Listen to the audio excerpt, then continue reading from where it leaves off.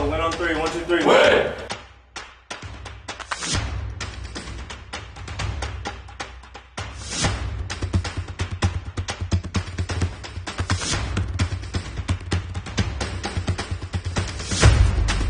The alley-oop!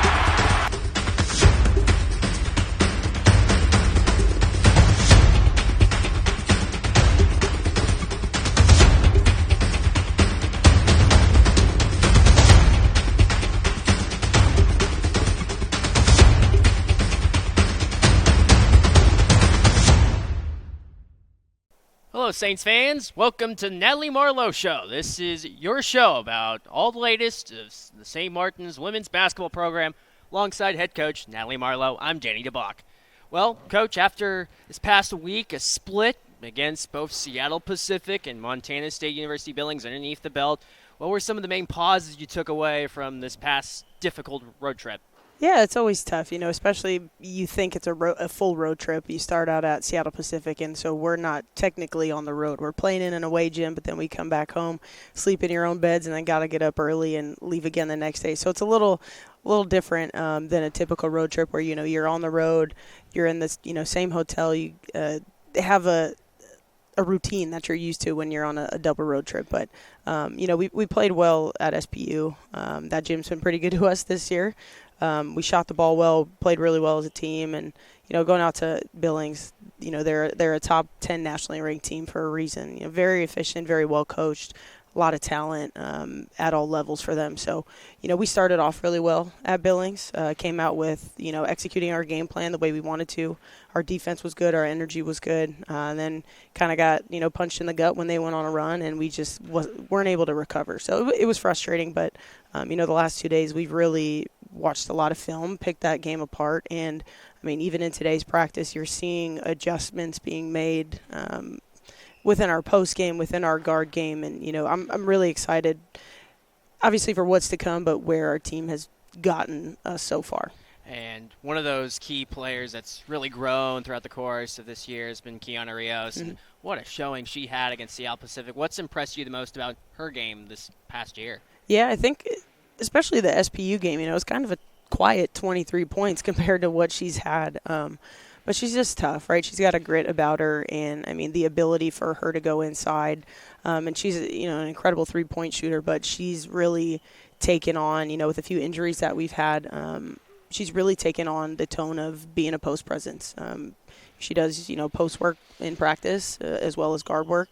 And for her to be a dual threat outside and inside really helps us with our game plan and with our scheme. And I think it's hard for other, opponents to scout us. And how do you play her? Do you play her more as an interior player or as a guard on the 3-point line? And she's been super helpful, and that has opened up a lot of opportunities for other players. So yeah, just super happy with how she continues to grind and work. And again, for a kid who really it didn't seem like the ball was finding the bottom of the basket. For her to still add 23 was huge. And she's a great rebounder, plays with a lot of intensity, one of our best defenders. So she can do it. She can do it all. And such a great compliment to Rios is the guard that scored 8 points in the first quarter. That was Jada Travis. Yep. And, boy, she was special in that first quarter. And how important was that for her to set the tone early? Yeah, she's just a tough kid. And she never gets too high. She never gets too low. She's got a confidence about her, and she responds really well to adversity when it hits. So, yeah, it's awesome, and I think the team really gains confidence when they see Jada hitting her first or second shot. They really,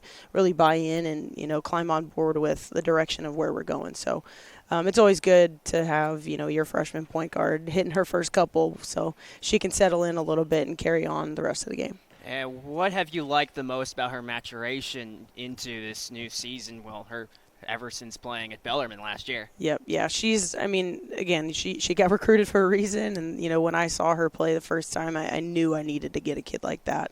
The things that you can't teach as a coach, Jada does. Again, that's the toughness, the grit.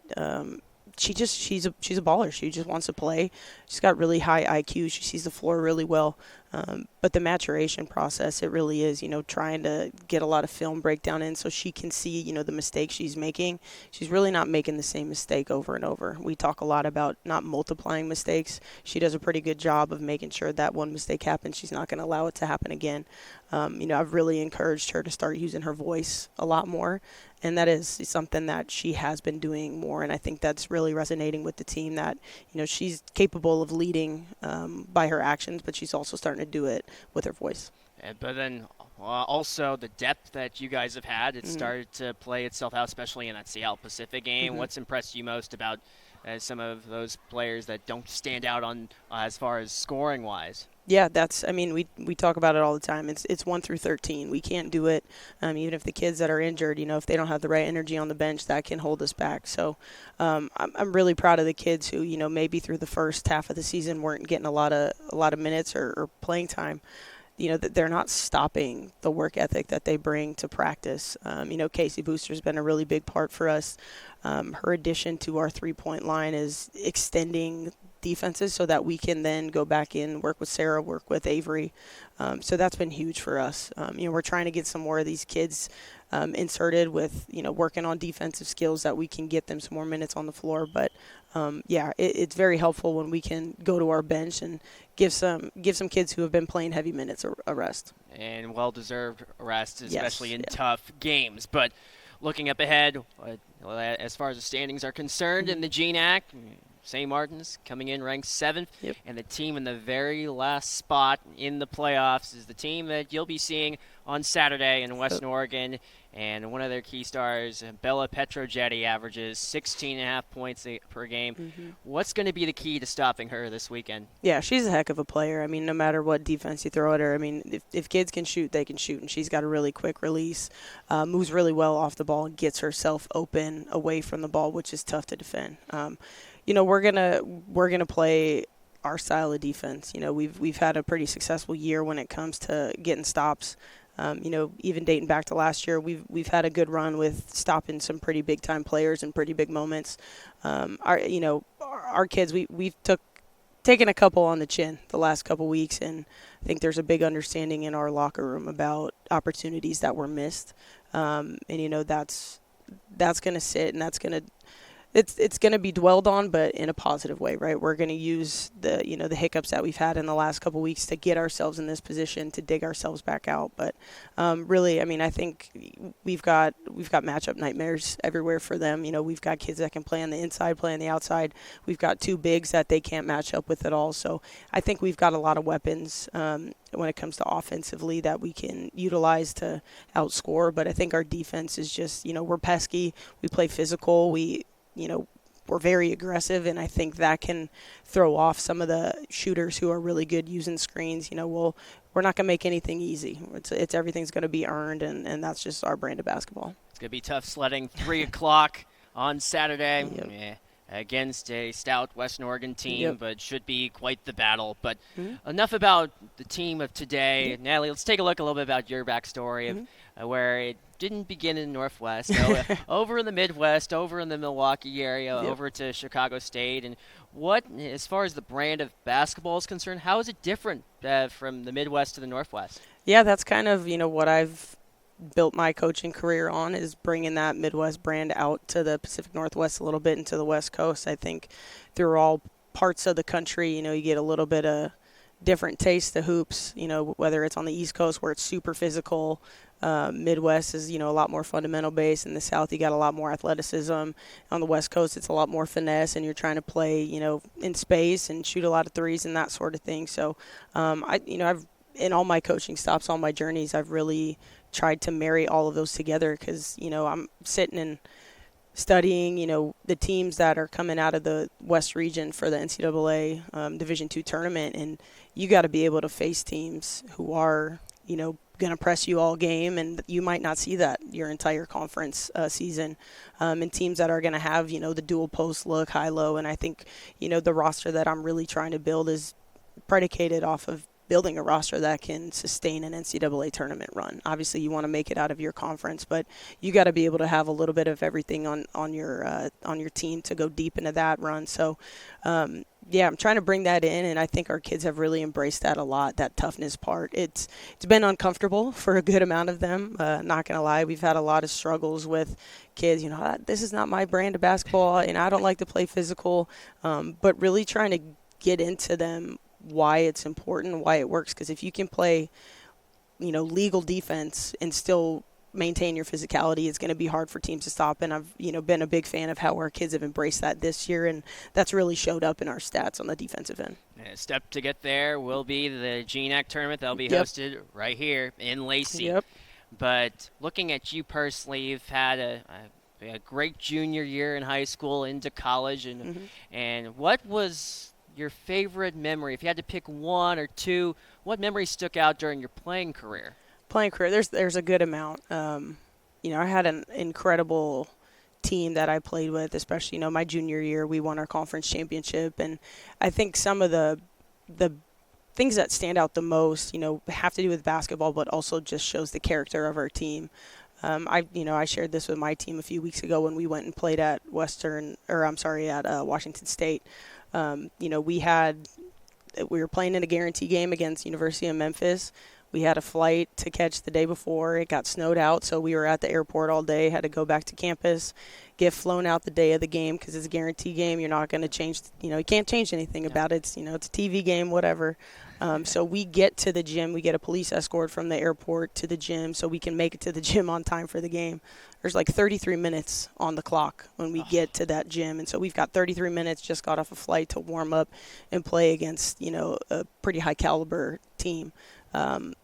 Moral of the story, we lose by 1 point, and it was a close game. And so whatever, adversity came in front of us, it really just showed the togetherness and trust that we had as a basketball team, and that our coaches had in us as players. So that was a fun memory, even though we lost. I think that just showed the character and the grit that we had as a group, and we only had 8 players on our team. Like, we finished a season with 8 players, won a championship with 8 players.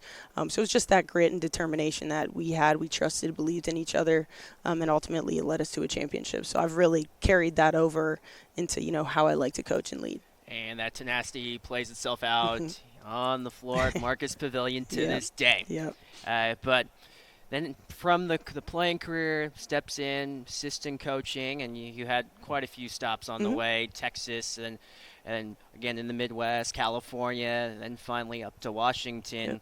Yep. What was, if you had to choose some of the most valuable lessons you learned as an assistant, what would they be? I think one of the biggest things that I learned, from the Division III level, is how to connect and relate with players in their particular environment. That was a big thing. I also learned a lot, as an assistant coach when I was at UT Dallas. We went to the NCAA tournament both years I was there, and I really gained a lot of how to schedule and why it's important to schedule, teams within your region. That's definitely helped me in, taking over this job, really not selling yourself short and trying to schedule good teams to give your team an opportunity. If it doesn't go your way in the conference tournament, that you still got a fighting chance in the at-large bid. So that was a big thing I took from being at UT Dallas for sure.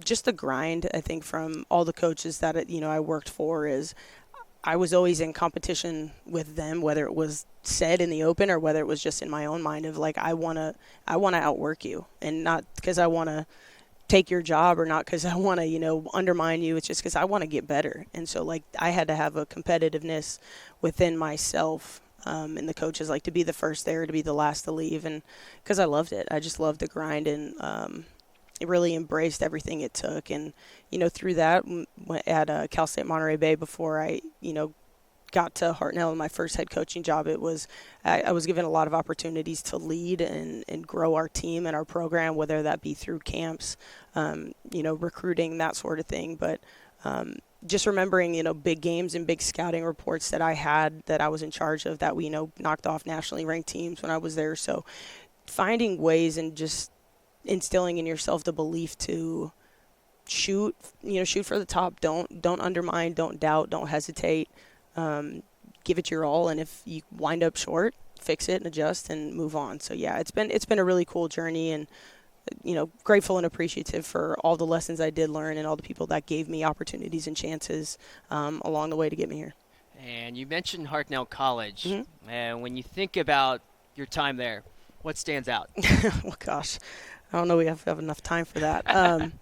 That was an interesting time. Obviously, I got hired in the peak of COVID, so my first year was coaching, like 3 kids to start through a computer screen, and then didn't really have any. I had 1 kid hanging on at the end, so that was interesting. And then taking over a program that hadn't seen success in quite some time, trying to instill just belief in themselves.